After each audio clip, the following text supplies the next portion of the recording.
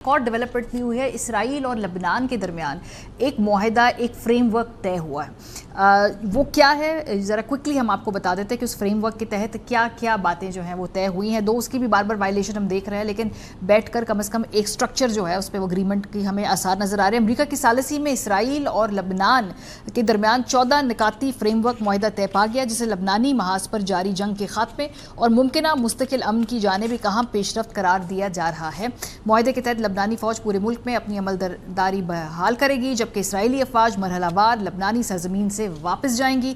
अल Arabia को मौसूल होने वाले मुआहिदे की तफसीलात के मुताबिक गैर सरकारी मुसल्लह ग्रुपों को गैर मुसल्लह किए जाने की तस्दीक के बाद लबनानी मुसल्लह अफवाज पूरे लबनान में अपनी जिम्मेदारियां संभालेंगे, जिसके नतीजे में इसराइली फ़ौज मरहलावार लबनानी इलाकों से इनखला करेगी।